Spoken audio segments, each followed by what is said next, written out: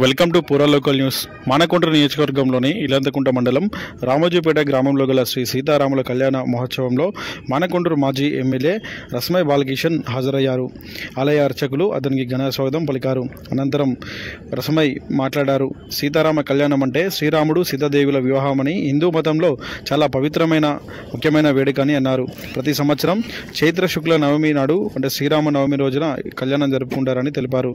శ్రీరామ నవమి రోజున శ్రీ సీతారామ కళ్యాణం జరుపుకోవడం హిందువుల ఆచారంగా ఉందన్నారు.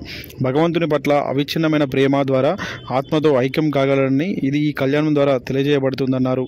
సీతారామ కళ్యాణం లోక జీవన హేతుకమని, సర్వ సంపదలకు నిలయమని, సకల జనలోక సంరక్షణే శ్రీరామనవమి పండుగ పరమార్థమని అన్నారు. శ్రీరాముని పుట్టినరోజు వేడుకలు, కళ్యాణ వేడుకలు ఒకేసారి జరుపుకోవడం ఆనవాయితీగా వస్తుందన్నారు.